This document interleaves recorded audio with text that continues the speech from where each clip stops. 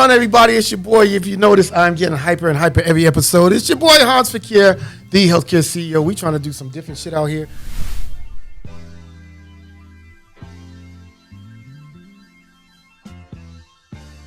We are trying to mix business with everyday entrepreneurs that turn their passion into a business, but it relates some way, shape, or form in healthcare. In the Healthcare CEO podcast, you will notice that we talk about your business health, your personal health, your financial health, spiritual health, mental health. Everything that we do is to build you up to be stronger.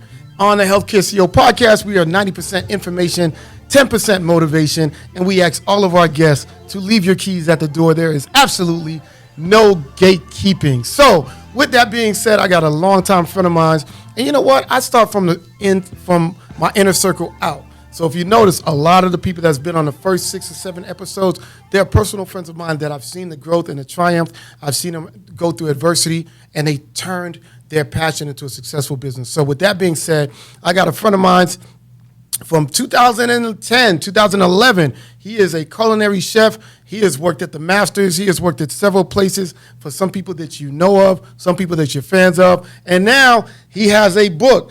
It's a Hans Fakir bestseller. And so we will like to let you guys know that this guy has turned his passion for feeding people and helping people into a business. And he's put all of that passion into a book. All right, so we are going to introduce the world-renowned chef, Tony Alexander. Let's go.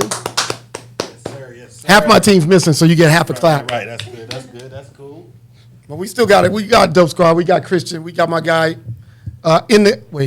say the business name again. Who in the Cut? Presented by who? Nobody. What's your name? Omar. Omar. Let's go. So we got who in the Cut?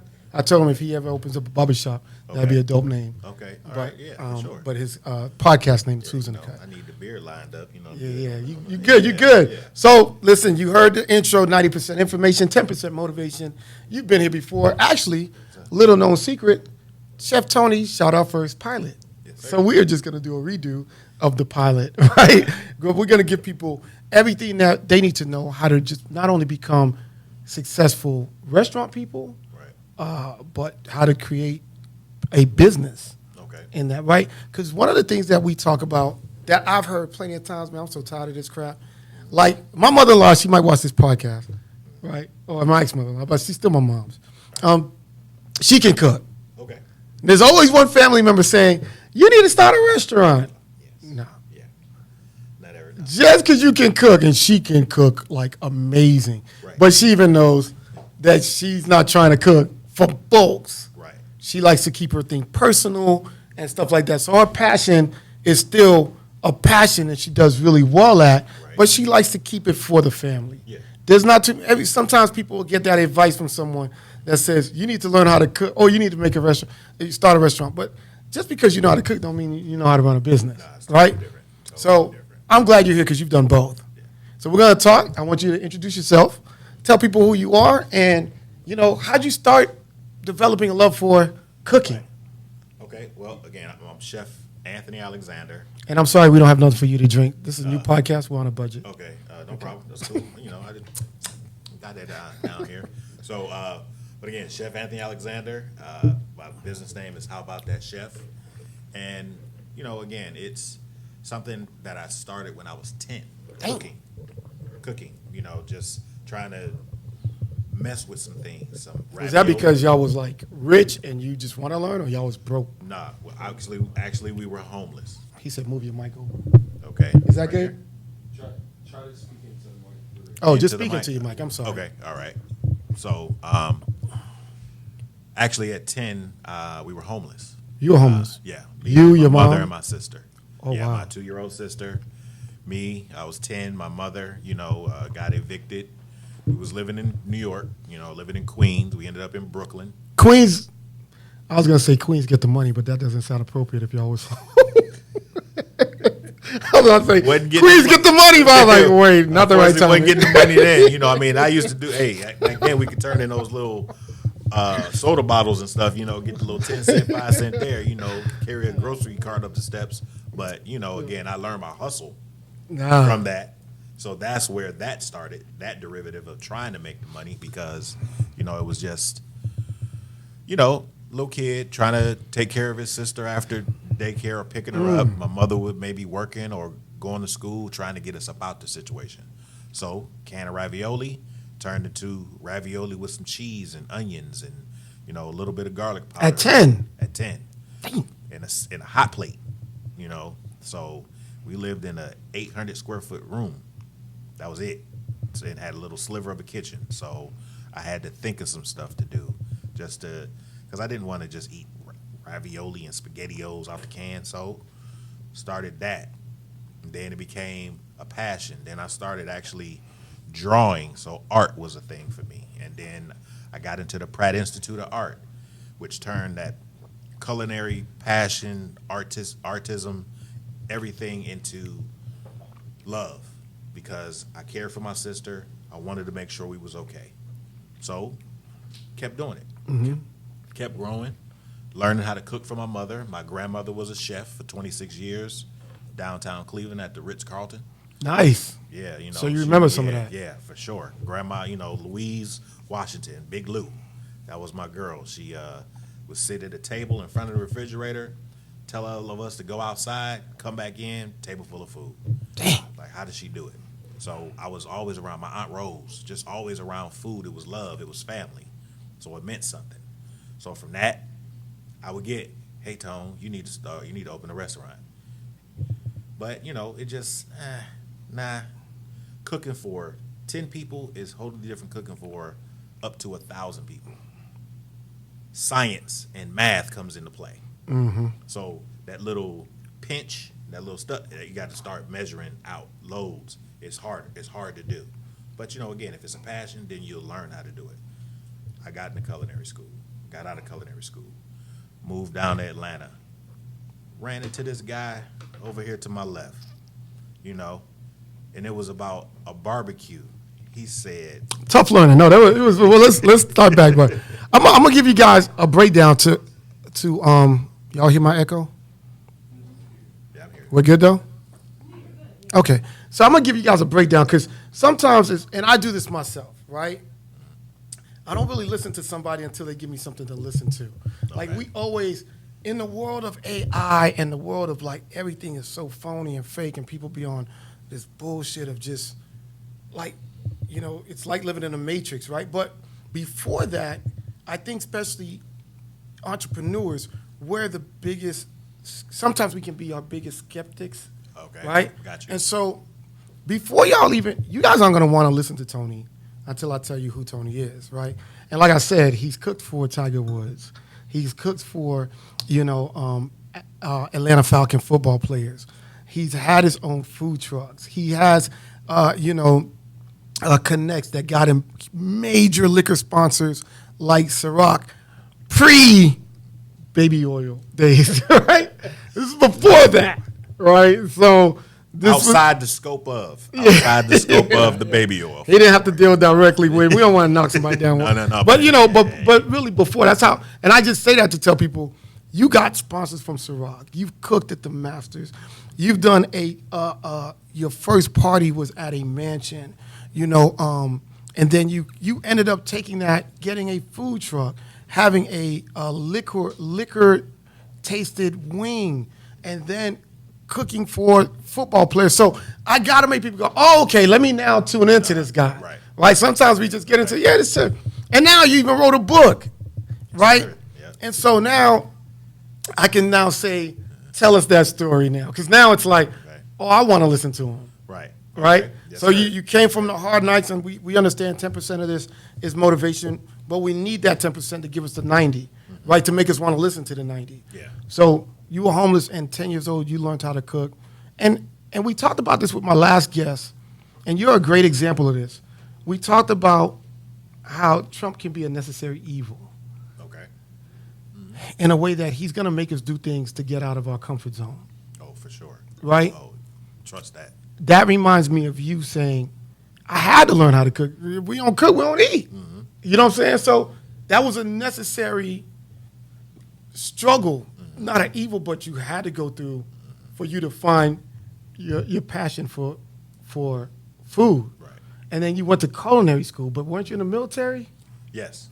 Well, again, growing up in that, I was born in 74. So that era and a little bit before that, we always heard the 18 years old, you're out. Bro. And, we got to rethink that. But still and yet, I heard that. Yeah. So by the time I graduated, which I graduated when I was 17, my birthday was that Friday. I graduated on a Tuesday. 17 years old, Friday I turned 18. Then I got the, hey, what you going to do? Friday coming up, what you going to do? Dang. So I ended up going, we was living in Cleveland at that time, ended up going to New York with my uncle for the summer. Worked at LaGuardia Airport.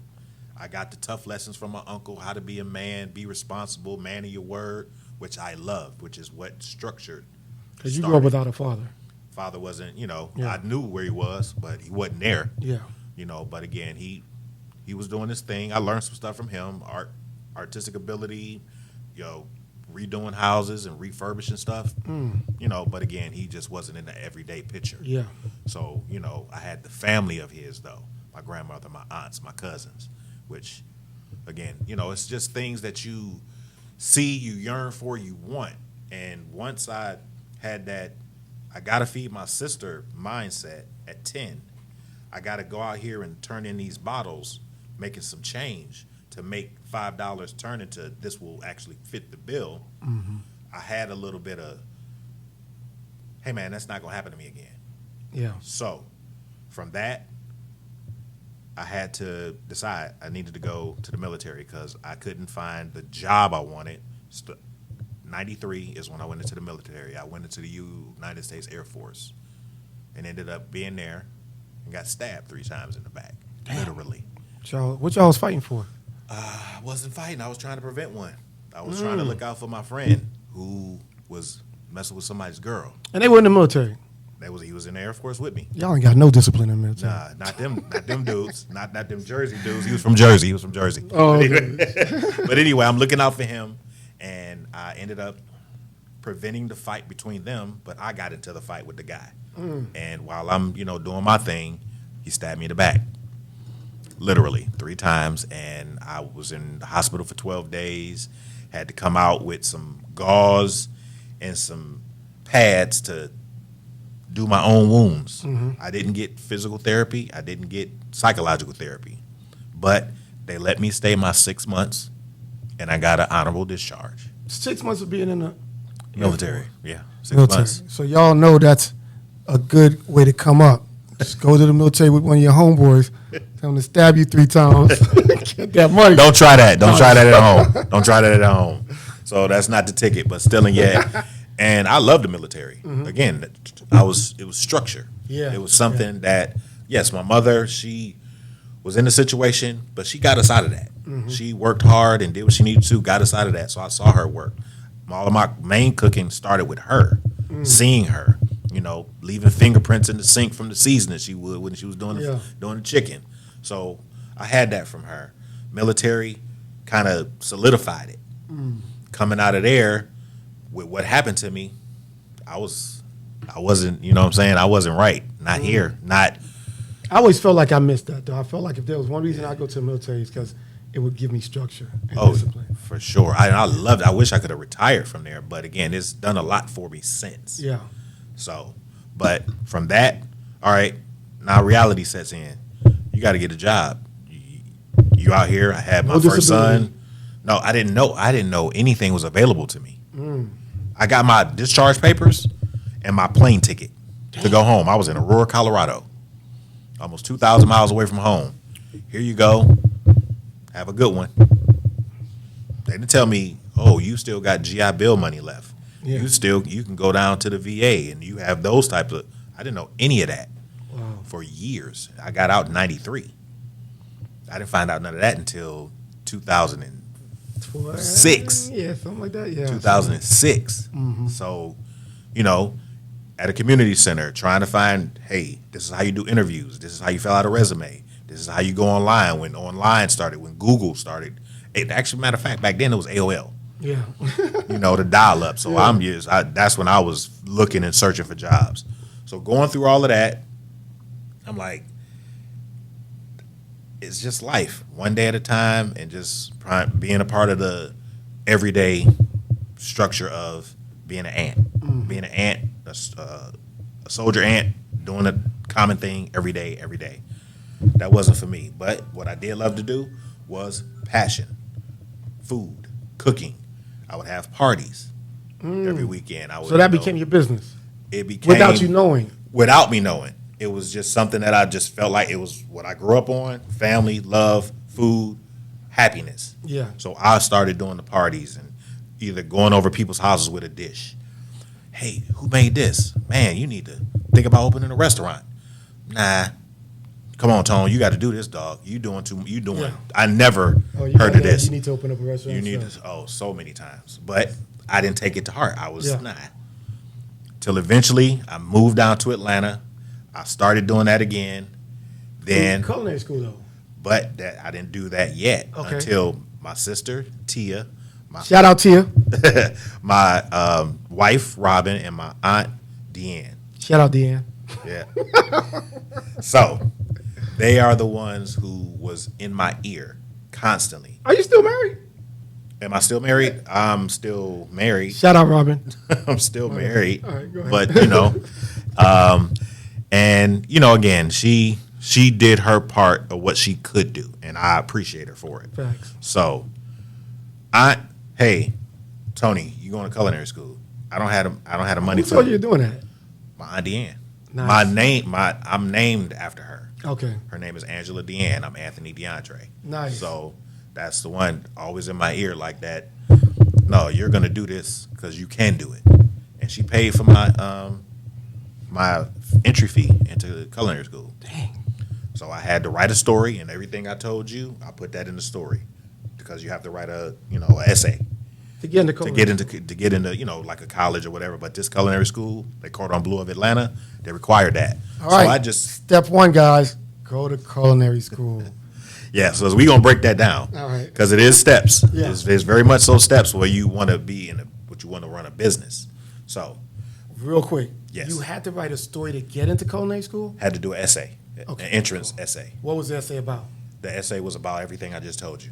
Why you About wanna me be- being homeless, me going to military school, me going to the military, me getting stabbed, me going. I So didn't get to that culinary part. schools don't just pick everybody who applies? No, not well. Oh, not Some big then. not of that stature. The Le Cordon Bleu is world renowned. There's other ones, the Art Institute, Culinary Art Institute, CIA, and all of that type of stuff. Those higher level ones, yeah, they're going to require steps. They're going to Okay. choose their students. Got you. So I was lucky enough. They looked at my essay, and I was brutally honest. Yeah. There's other stuff that I had to go through too, and I put it in there. Got the call. You've been accepted. So Because you were locked up once, right? again, yes, Yeah, that yeah, we saying military everything, I'm stuff. sorry. Yeah, military. As I said, from that stabbing and how everything went, I got jobs at Progressive Insurance, American Greetings. I was, getting some nice high end customer service positions. I was in IT, all of that type of stuff. Making nice money. Yeah. Getting offer letters for jobs. So I was doing what I needed to do with structure here, but everything wasn't right. Gotcha. Because I didn't have that mental health. Yeah. Ooh. So, ended up situation, I got put in jail. Got put in jail, just driving on the highway. Hey, don't show people you got a gun when you cut them off. Don't show them. Oh, that's what you did. Okay. Because they may have a gun too. So, But it's good that you're saying these things, and I know people are like, "Why is he bringing up his?" Hey. I want to show you guys this because I know this guy personally. So if I can see the adversity and you guys can't see it, then we're doing you a disservice, right? So it's not to just say, "Oh, you did this, you did this," but I know sometimes when people sit on that seat, they forget some of the important information. So I'm just making sure he understands, or he's following his story because his story is very important. So it's not like I want to just call out. It's not even dirty stuff. It's just part of who built you, part of what made you who you are. Sure. So yeah. And all of this stuff is in the book. Oh, that's a promo. Yeah, plug. yeah. Amazon.com. But so again, it's steps in life that does bring people to a decision. What is gonna work for me? What should I do? Because working a job, okay, that's just the normal. Yeah. I didn't want to be normal. I didn't want to just work a job. I didn't want somebody telling me what to do. And, in customer service, it's like high school. It's you know what your future is, and if you're happy with that, you're good. But not only having like steps in life, but you have people in your life. Right. Sometimes God speaks to other people. Yes. And says, "Hey, man, I'm trying to drop a gem, and and you're not paying attention." So Right. your aunt was like probably that one person. That said, Period. hey, we gonna stop this. The one that made it, because again, my sister was saying it for a while. My wife was saying it for a while. Friends, everybody coming over to after they leave and sending messages afterward. No, when Angela Deanne said, "Hey, you're going. How much do you need? Here you go." And then she put the money behind it. Period. That's when you know That's they're in you. backed it up. So okay, and I went, did what I did. Culinary school. I thought I could cook. I thought I could cook. You can't tell me nothing. Culinary Man, school taught you But something the different. culinary school said, "Man, get that book. What I told people. you think you doing? I told them. You are not. What seasoning? What is that?" Had to learn technique. How long was culinary school? It was 2 years. What? Yeah. So I got my associate's degree in culinary arts. Yeah. That is So crazy. two-year though. program. The first 6 days was the best days of my life. What do you mean? What happened? I learned I didn't know anything when it came to the kitchen. So you had to humble yourself. I had to break, like how somebody goes and works out and they got to break down the muscle to build it back up. Mm-hmm. That's exactly what they did. The first 6 days, I learned how to make a roasted chicken with 3 ingredients, and one of them is clarified butter. I did not know that. And it was the best tasting roasted chicken I ever had in my life. Wow. Yeah, so Okay. we learning things that's just like I'm open. We had to learn how to pick out seasonings with just the look, feel, and taste. We didn't have labels. So we had hundreds of seasonings laid out on a table and herbs where you had to go and identify, write them down, and then that was a test. And you had to get at least a 90% to pass. Dang. So It's like some ninja training. knowing the difference between paprika and chili powder by the look, By the look. feel, and taste.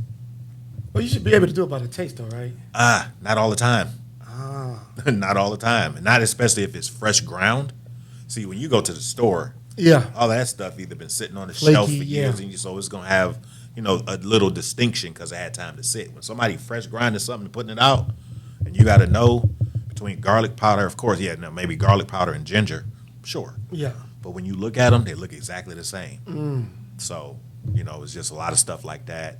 Then we took a psych class in culinary school. I had a psych class. Then I had culinary math.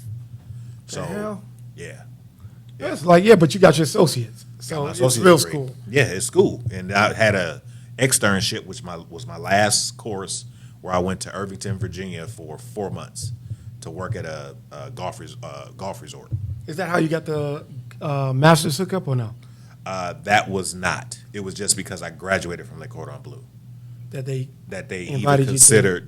They invited Le Cordon Bleu graduates to apply. to You cook up the still had to, masters. you still had to go through the application process, the interview process, the background check. Even though I had what I had, I did so well in school because I graduated top honors. Nice. Had my That was listen. little That, red and yellow ropes and yeah. little pen, alpha, beta, kappa pen, and all of that. Yeah, I was Nice. serious. So let me ask you this now. So we got to the why, Okay. right? Your circumstances create pressure bust pipes, right? Or pressure creates diamonds, however they say it. So your situation created this energy to say, oh my God, this is what I'm passionate about. Then you took the passion and you applied to school to add the passion and the education. Yes. Now, how does it become a business? Well, Did you come up with the name first? Did you wake up and say, you know what? I'm top of my class. I'm ready. prior to coming down to Atlanta, I had my own. I worked at Charter One Bank, and I would make myself I made my own lunch. So when I would go and make my lunch or go to lunch and heat it up, people would come into the break room like, "What is that? What's that? Where'd you What get you that from?" "Oh, I made it." "Nah, you didn't." "No, I did." "Okay, well, if you made it, then I want to buy some from you." So that next day, I put together a menu. Made the menu, then people started placing orders for me at work. I was making more money from the orders I was bringing in than I was my job. Dang. So you found and the at that business time, plan. I was Cooking Tone. that was my That was the business original name, name. Cooking Tone. Cooking Tone. That was it. I had the flyer. That and sounds so everything. hood. Hey, I was in Cleveland at the time, Right. doing what I had to do. Some of the hood stuff be the best. Hey, and they was coming in. I had the spaghetti dinner. I was doing shark. I had shark. I was doing What shark? Charcuterie board? No, like shark, like a shark, swimming shark. Oh, Yeah. Shark what? The shark fillet. Dang. Yeah, so I was doing the shark. I was doing Philly cheesesteaks, and I was using ribeye steak with mine. The green peppers, onions. you was making provolone, lunch an Swiss. event. Oh, I was doing this, like I said, the spaghetti dinners that came with the garlic bread and the infused Parmesan cheese. Oh yeah. So people was putting orders in for lunch. I said I was making more money from my orders than I was my job. Every week I was killing them, coming in like I was getting up at 3 o'clock in the morning. Had to be to work at 9 to cook these orders. Coming in with bags and boxes. Nice. People would be waiting downstairs for me to pull up. So that was what I was doing in Cleveland. But then when I got down to Atlanta, then went to school, I already had that mindset of how my business was gonna run. Mm-hmm. But they ask you, so, all right, you got this degree. What do you want to do? Do you want to be an executive chef, sous chef, garde manger? Do you want to? What's the difference? What's an executive chef? Executive chef has the run of the kitchen with every station. They know what's going on. What's a sous who's doing chef? it. Sous chef is their assistant. And They're what's the ones- other one? The one, the garde manger, they basically do the salads and side dishes. Perfect. Okay, cool. So you have your different stations Mm-hmm. set up. So what do you want to do? That business working for people, that just wasn't, I didn't like that. So I said, well, you ever thought about being a caterer? I've never thought about it, but what is it? So they set me up with a mentor. Y'all notice the pattern of our podcast. Everybody here has a mentor. And one millionaire told me the fastest way to becoming a millionaire is not trying to figure it out yourself. No. Get somebody else who's already done it. No, you need somebody that's already in that realm, in that lane that you want to be in, and then it's a network. It's all start with the network. So they connected me with Chef Joan of Joan Buns. She was her specialty was baking, but she did all events. Like she would do demos at malls. She would do where I met Chef, not Jimmy Dean, but his son. From the sausages? The sausages. Yeah, I met his son. Nice. I met Jimi Hendrix's nephew. Yeah, it was an experience of meeting these people at these shows that she was doing or part of. I was basically just assisting her. Yeah. Hey, I need this pan filled up. I need to get that bag and stuff like that. A little bit of cooking here and there, a little prep work, but I was just learning her process. Let me tell y'all something. One thing about that whole thing is this. I've had people come to me, and y'all ever seen The Karate Kid? Oh, yeah. All right. Dang it. So Wax on. Wax this on. is my advice to people, right? I was on somebody's other podcast. Now this guy's like, he's a big time podcast person. And he's like, man, me and him was talking, and he's like, I would just like to work for you. He's like, you're like the type of person I want to work for. He's like, I got a problem. And I said, what's the problem? And he said, I got a bunch of people that are applying, but I don't ever get the right employees. So I said, your problem's different from mine.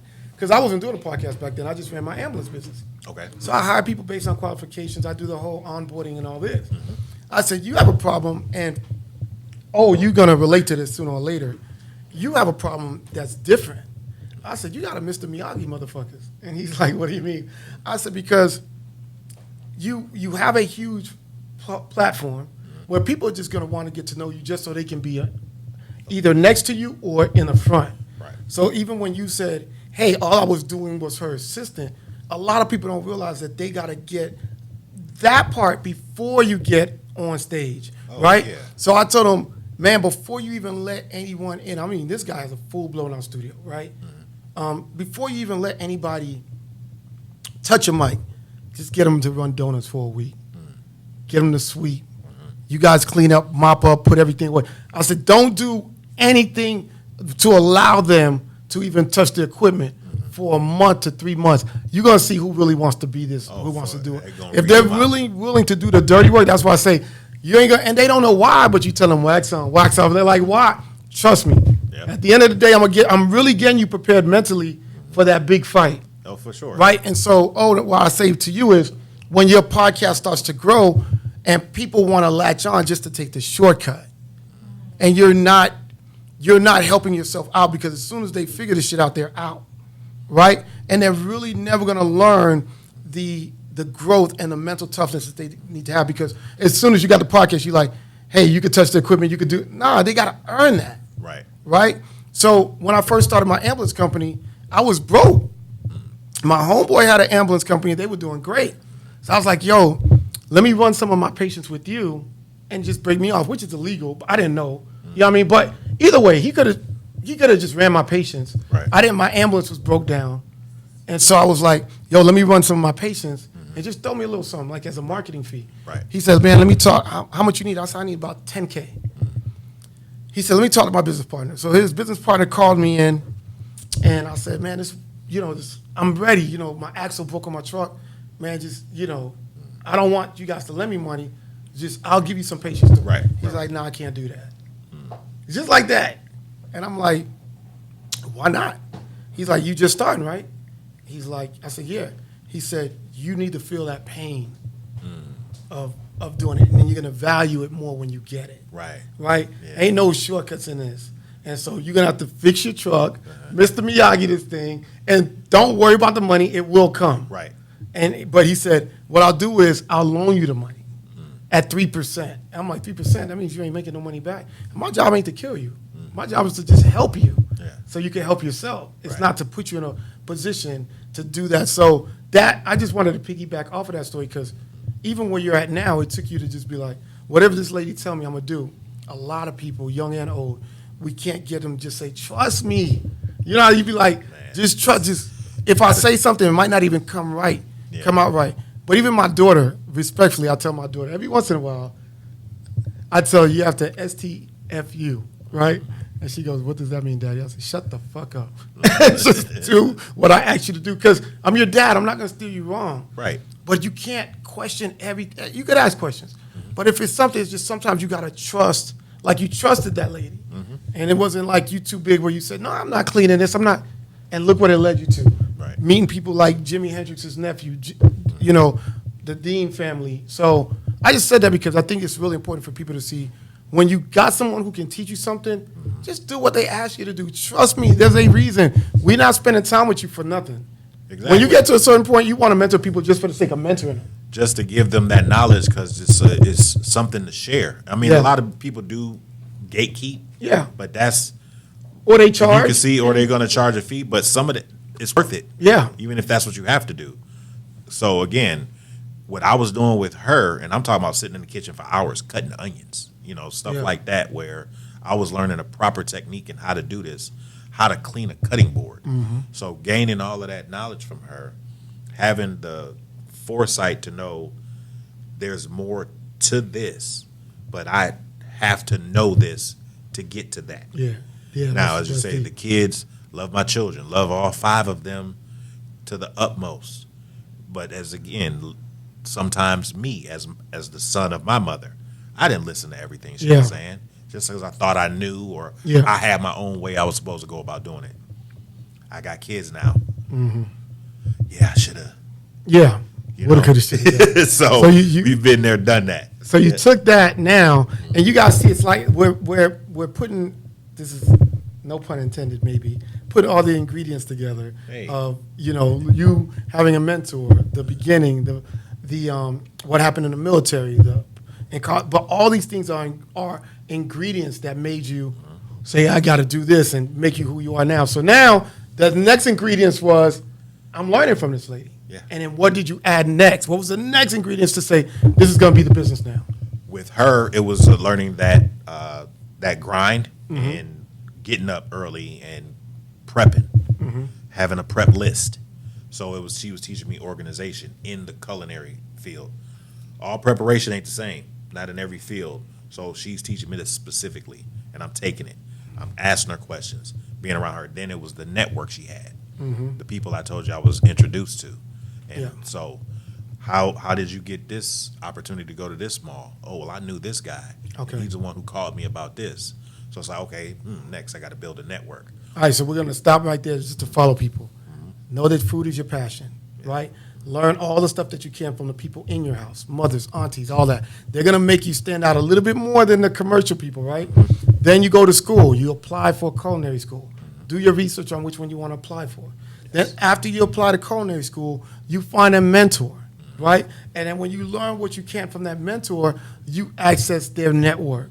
Yes. Right? And so now you're accessing. I just want to, again, every podcast, we're creating a blueprint for someone to say, okay, this is what I got to do. So that's why I cut you off. So now you got your network. Yeah. And then what you doing, what's the next thing to say, I'm going to make this a business? Well, from there, after I start contacting people and finding out exactly what it is they do, and I started, hey, you have something going on next week? Let me volunteer. Is this in Atlanta? This is in Atlanta. Okay. Let me volunteer with you on that event. Oh, after a while, some people just say, hey, you know what? Call you in to get you a paid job. Or, hey, I got something going on I can't do. Why don't you do it for me? This chef, Derek, he did that for me. And unfortunately, rest in peace. But he was one, I consider him a mentor as well, but he was more the first person to give me an opportunity knowing my background. But again, you saying a lot of cool stuff, though, and I know I'm going to keep stopping you, but I read this book from Russell Simmons, of course, The Loss of Success, and he was talking about doing stuff for free. People don't understand that. Some of you guys that can't get in the door, nobody turns you down when you offer your services for free. And even though you're not getting paid financially, you are getting paid with the education, and that'll take you a lot more, right? Quick story. I know I got a lot. You saying stuff to make me go back. Okay. When I was in Miami, my wife at the time was pregnant. My sister was married to this real huge real estate guru. I worked at the hospital from 7P to 7A. I'd be like, yo, Fabby, my sister, tell Danny to put me on to the real estate, ... He would never call me. One day, man, I get off at 7 in the morning. I just had a baby. I'm trying to put the baby to sleep. He's like, yo, Hans, I need you to do me a favor. I'm like, oh, okay. Now, I just worked a 12-hour shift overnight. Right. I haven't slept. And he's like, I need you to do me a favor. I'm like, what's up? I need you to go to a courthouse and do an eviction. And I'm like, bro, I don't know how to do eviction. He's like, I'm going to walk you through it. Okay. Call my mom. Hey, can you take care of Jada? I got to go do something for Danny. Drove to his office. He gave me an envelope. This was in Miami. I went all the way to the Dade County Courthouse. Running up my minutes. Back then, we didn't have, minutes. I'm like, hurry up, give me the instructions. You know what I'm saying? You don't know about those minutes. Yo, he gave me the instructions. I did the eviction form, dropped the paperwork back at his office. I remember to this day. He tried to pay me $120. And I was like, nah, I'm straight. Yeah. He's like, nah, I'm going to pay you. I'm like, nah, I told you I've been trying to get on for a minute. Yeah. I need to learn this shit. You paying me, I'm going to spend it on some joints. After that, he was like, called me a week later. Hey, man, you want to start working for me? Just like that. I was like, yeah. Wow. He's like, I could pay you hourly or salary. I said, I would rather get paid hourly so I could just learn. Okay. I'm not ready to be a mortgage broker. I went to mortgage school. But again, I worked for him for free for a while just because I was like, I'm not going to be like one of these people just trying to take money from you. Right. I need to learn this so I can stand on my own. So I keep interrupting you because you keep saying stuff to go, people need to understand Hey, it's why. no interruption, man. We both learning, and that's the way it go. That's how a Get conversation through the door. goes. Got to. And that's going to be, people want to see your drive. They want to see your hunger. Yeah. They want to see that, and that impresses someone to even know that. So with The guy putting who myself passed out there, away. Chef Yep. Derek, putting that out there, and he's teaching me certain types of recipes and some that I actually use for today that's in the cookbook. So there are things that someone will teach you willingly, but if they see that you have a passion and a yearning for it, they'll give you damn near anything that they can, that they shows that you care. So with him, I learned efficiency and time management. So, hey, this is how you set up a catering event. This is what you do. So I got the mentorship from Chef Joan. I got structure and wherewithal from Chef Derek. Systems, yeah. Just how to work through it. you know, what type of equipment is needed, learning that. So as I put that together, I started building up my my storage room of things that I needed for catering. And then all of a sudden, I pretty much ran into you. I was dating your sister. Yeah, at the time. So I ran into you, and then there were things that you saw that was like, hey, there could be a better way to do this. You're not just this level chef. So from there. Yeah, we took it on. So the Yeah. quick story to that was I was dating his sister, and she called me and said, yo, my brother came into town. He's looking for work. I just bought a house. And I was like, what do you need to, you know how to do? You didn't mention the chef stuff. Nope. And you was like, I know how to paint. So I had you paint the house. I'm like, okay, cool. And then next thing you know, for some reason I had your food. I don't know how. I'm like, bro, we doing the wrong thing. Like, I could help you, you know, get from here to here, but we got to change your mindset. And one time I got mad at you because when you said, okay, cool, let's run it, you started doing a barbecue for a church. I was like, man, fuck that church. You are not doing barbecues. I said, if you see yourself as a barbecue Excuse cook, him, Lord. Yeah, I'm sorry. I just said, if you see yourself as a barbecue chef, I don't. I have to see you. You have to see yourself the way I see you and the way other people see you. Because in your industry, people will downplay your importance. They'll be like, oh, this food's all right, but they know it's really good. Right? So it's really important for someone to say, no, you are the opposite. You're more than that. And so I know we are trying to close this episode out. So we went through the steps, but your biggest thing was once you started marketing, you put yourself around people that said, hey, I could see you being this, this, and this. Right. And now you're doing the masters. Right. Right? And so people understand the steps is learn what you can organically. Go to school and fine-tune it. Definitely have to. Credentials mean something, and then plus it gives you that base that's of what you want to do, what you're passionate. Have a passion. That's first. Okay. It's so never work with a passion. For people that are passionate about cooking, right? Learn what you can from those around you, because your mother's stuff and stuff. You still put that into play. Oh yeah. Okay, cool. Then you go to school, but important is for some reason God kept surrounding you with people saying, "Hey, no, you're bigger than this. Yeah. You are bigger than this, right?" Right. And so you made sure that you had that core around you. Then you went to school, took the personal learning lessons, and took it with the professional learning lessons. Put that together. Yes. Got a mentor. Then even after you got a mentor, you got another mentor. Another one. Yeah. And then you're like, okay, now I just need, whether you prayed about it, God, for you to put people in my position to point me in the right direction. Yeah. And then now you're cooking for football players. Right. Right? Yeah, You're Wayne like Manning, at their house. Yes, at their house, at their compound. How does someone now, we gave them the steps, become that person? That right there comes with, first off, you got to be good at what you do. That's Let's the say that time- they did everything that Chef told them, Tony told them to do, and they're good. People say you are really good. Right. How do they get in the homes of NFL players? Well, when it comes to that, it's all about, it starts with word of mouth. It does start with word of mouth. So you have to market yourself as that. I started marketing myself as a celebrity chef. Yeah. So as I do that and do events, get invitations to places, if you get an invitation to any place that you feel is above normal, take a dish. Just take a dish. Make something that you feel is your specialty. I didn't know where Take you was it. going with that. So you're saying if somebody, I went to the mayor's meeting day before yesterday. Okay. So if I was a chef, I need to bring some. Bring something. Bring your specialty, and then bring business For cards free. or today a QR code or something just to lay next to it, but bring it for free. That's No dope. charges. That's marketing, advertisement, promoting yourself. As soon as somebody tastes that, when they start asking, "Hey, who made this?" and they see that your information is right there, you start getting calls. You had me go to Doc's house, Yes. at Mansion, Yes. Super Bowl party. Yes. What did I bring? I brought my vodka wings. Vodka wings. Yes. I brought my Ciroc Yeah. apple vodka Dope party. wings. And everybody was loving the party, but you know what they were talking about? The wings. Them wings. Oh yeah. And then from there, about 85% of my clientele to this day You're still friends with Doc. has come from that party. Yeah, you're And still I friends just with talked Doc. to Doc the other day. We got to do another one. yeah. We got to do a night out with Chef Alexander. Hey, and that was something that Hans did develop in his mind.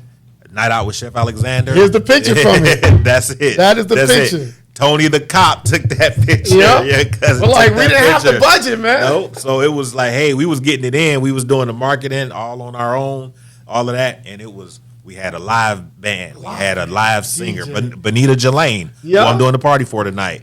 Had DJ Wood.